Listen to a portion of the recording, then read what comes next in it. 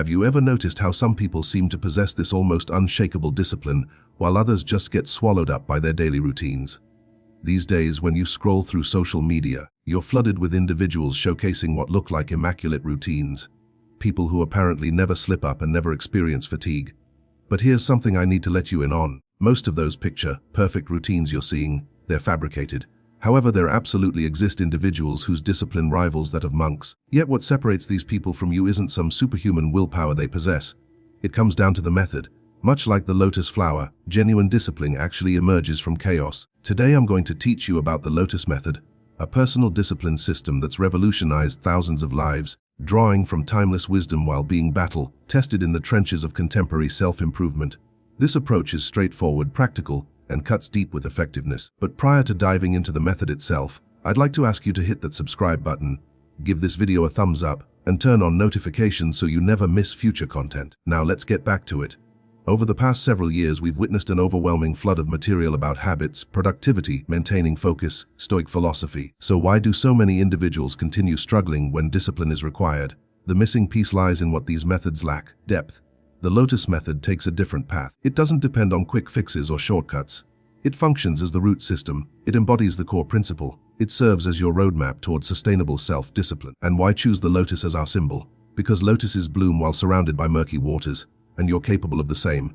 Within Eastern philosophical traditions, the lotus stands for spiritual ascension. In Stoic thought, it represents virtue standing firm despite hardship. In both traditions, the underlying message remains consistent. Growth remains achievable even when everything surrounding you attempts to drag you downward. Discipline extends beyond mere action. It becomes part of your identity. It goes beyond simply rising at 500 a.m. It means accomplishing what requires doing even during moments of complete privacy. Now let's break down the method, starting with cleansing. Your initial move involves elimination. Rather than accumulating new habits, your focus should be on removing distractions, excessive social media, chaotic surroundings, dependencies, draining relationships. Cleansing requires bravery. Throughout history, monks, warriors, and leaders engaged in fasting practices, not limited to abstaining from food, but fasting from sensory input as well. Why? Because emptiness creates space for clarity to emerge. Next comes structuring. The second phase involves bringing order. Discipline lacking direction simply amounts to exhaustion wearing a disguise. You require absolute clarity about your tasks, their timing, and their purpose. Implement time blocking, utilize checklists, maintain bullet journals, or simply post a paper on your wall. Mental chaos originates from chaotic days. Organizing isn't about maintaining rigid control. It's about permitting life's natural flow while maintaining your bearings. Training follows. Now we reach the genuine challenge. Building discipline means repeatedly choosing difficulty until challenging actions become second nature. Wake early, exercise, learn, repeat. Not driven by motivation, but because this practice has become who you are. As Seneca expressed, we prepare during peaceful times to function effectively during conflict. Through each disciplined choice, you're training your consciousness to follow your deeper purpose. Integration follows. Have you attempted maintaining discipline yet sensed something misaligned internally? That disconnection happens when your practices don't reflect your core values. Integration means existing without internal conflict. When your actions match your self-concept, discipline transforms from struggle into natural expression. Become authentically yourself with deliberate purpose. Finally, we arrive at stillness, this overlooked component. The practice of pausing, contemplating, listening inwardly. Through meditation, spiritual practice, reflective writing, peaceful walks. Stillness provides the space where you encounter what's timeless. Daily existence constantly shouts, yet wisdom speaks quietly, and only those who practice stillness will perceive it. The LOTUS Method isn't merely philosophically appealing though. Scientific research backs it up. Consider cleansing. Princeton University researchers discovered that disorganized surroundings substantially impair concentration abilities. Simply put, external disorder equals internal disorder. Research published in the Journal of Behavioral Addictions revealed that merely having a phone visible on a surface reduces cognitive function, even when it's turned face down and silenced. Regarding organization, Dominican University research demonstrated that individuals who document their objectives succeed 42% more frequently.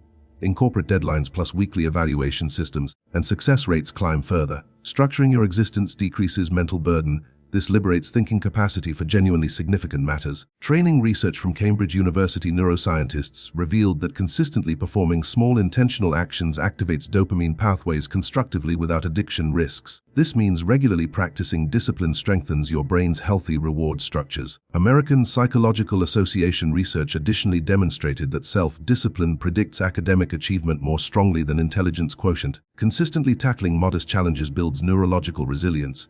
You're essentially reconstructing yourself internally, Regarding integration, Stanford psychologist Kelly McGonigal explains that individuals linking their practices to deeper identity aspects sustain routines substantially longer because these practices no longer feel like chores. They've become self-definition.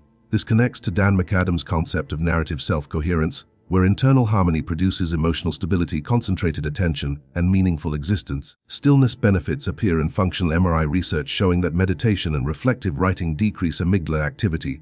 That's your brain's fear and impulsivity center. This yields enhanced clarity, improved self-regulation, heightened awareness. Stillness provides healing, and research validates this. The LOTUS Method transcends mere motivational speaking. It operates biologically, behaviorally, psychologically. It represents the convergence of ancient knowledge and contemporary research. Jordan Peterson once noted that discipline starts with tidying your bed. Minor actions generate significant transformations. James Clear similarly observed that you don't achieve your aspirations directly, you operate at your systems level. You needn't wait for motivational feelings. Motivation proves unreliable, inconsistent, fleeting, but methodology endures. Don't misunderstand me. I'm not dismissing motivation's value because it certainly matters. Motivation supplies your actions' underlying purpose. It's the target maintaining your direction. Discipline combined with methodology maintains your trajectory toward that purpose or fundamental reason. The Lotus approach isn't miraculous, yet it provides fertile ground. When you plant one decision today, you'll harvest lifelong returns.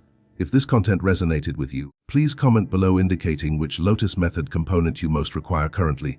Discipline means choosing to thrive despite surrounding challenges. I'll see you in the upcoming video.